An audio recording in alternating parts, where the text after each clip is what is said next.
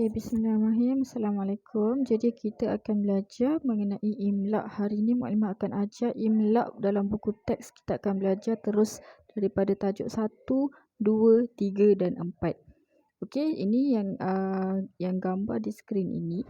Ini adalah basic imla yang awak kena tahu. Jadi bila kita belajar tajuk 1 hingga 4, kita akan jumpa perkataan isim, mufrad, musanna, muzakkar dan muannas. Okey, isim adalah kata nama, mufrad merujuk kepada satu benda atau satu orang.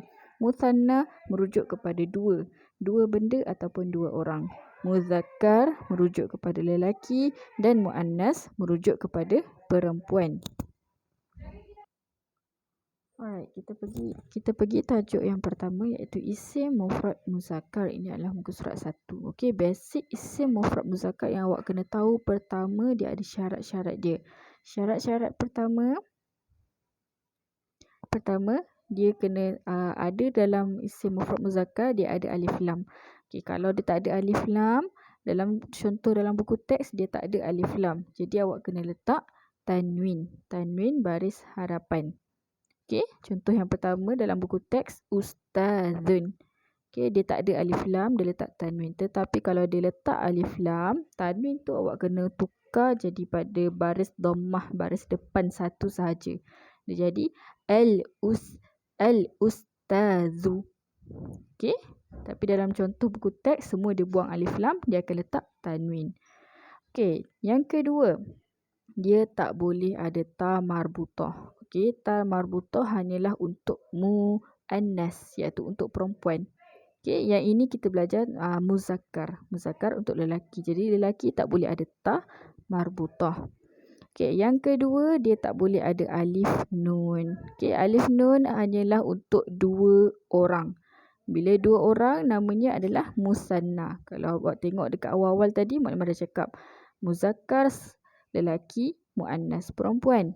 Mufrad seorang, musanna dua orang. Okey, jadi musanna ini dia ada alif nun. Jadi alif nun hanyalah untuk musanna. Sekarang kita tajuk mufrad. Okey, kita tengok tajuk kedua pula ialah isim musanna muzakkar. Okey, dalam isim musanna muzakkar dia mesti ada alif nun di hujung. Okey, dan nun di hujung itu haruslah baris kasrah, baris bawah. Okey, seterusnya dia kadang-kadang dia ada alif lam di hadapan. Okey, tapi dalam contoh buku teks dia tak ada alif lam. Contoh pertama rajulani. Kalau kita letak alif lam, al-rajulani. Okey.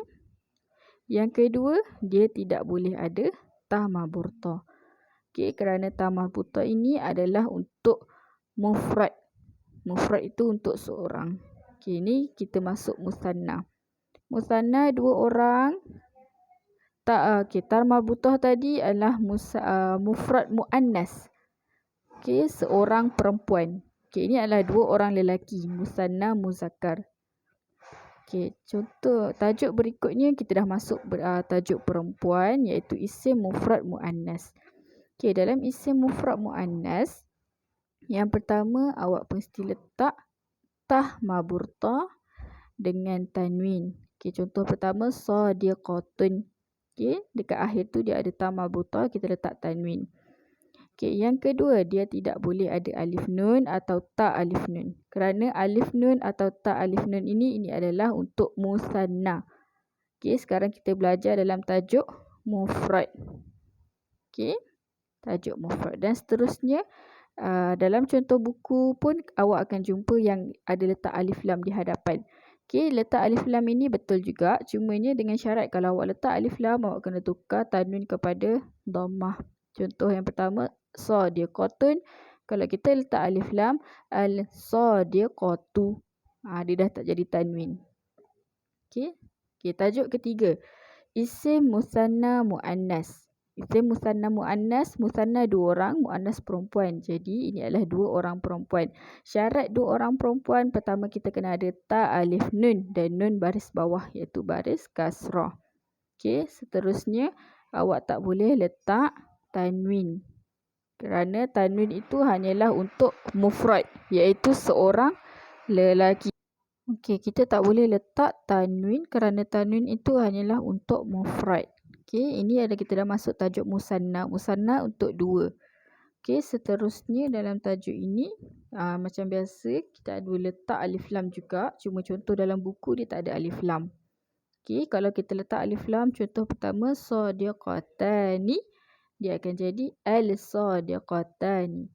Okey, beza musanna muannas dengan musanna muzakkar. Kalau musanna muzakkar, okey, kita back. Mana ya? Okey, kalau musanna muzakkar kita pakai alif nun. Okey. Manakala